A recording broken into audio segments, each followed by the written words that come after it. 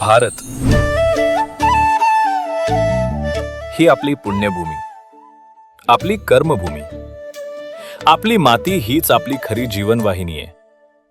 ही मातीच आपल्या अन्नदात्याचा आधार आहे आणि आपल्या येणाऱ्या पिढ्यांची सर्वात मोठी संपत्ती आहे. पण आज काय होतंय?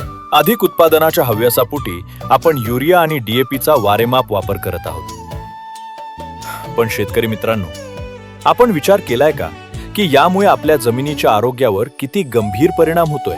जमिनीची सुपीकता घटतेय, आवश्यक सूक्ष्म पोषक घटक संपत चाललेत आणि या सर्वांमुळे शेतीचा खर्च दिवसेंदिवस वाढतच आहे. यावर आता एकच प्रभावी उपाय आहे, तो म्हणजे संतुलित खत व्यवस्थापन. केवळ रासायनिक खतांवर अवलंबून न राहता जैविक खतांचा वापर वाढवा.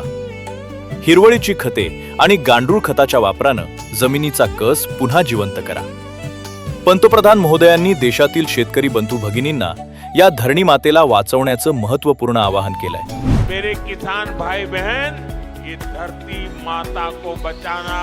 यूरिया की कितने ही थैले डाल दे, यूरिया खिला खिला करके हमें धरती माता को मारने का कोई हक नहीं है. युरियाचा अतिवापर जमीन आणि भविष्य दोन्ही उद्ध्वस्त करतोय. हे कायम बांधवांनो लक्षात ठेवा. माती परीक्षण आणि वैज्ञानिकांनी सुचवलेले खत नियोजन हेच शाश्वत शेतीचे खरे आधारस्तंभ आहेत.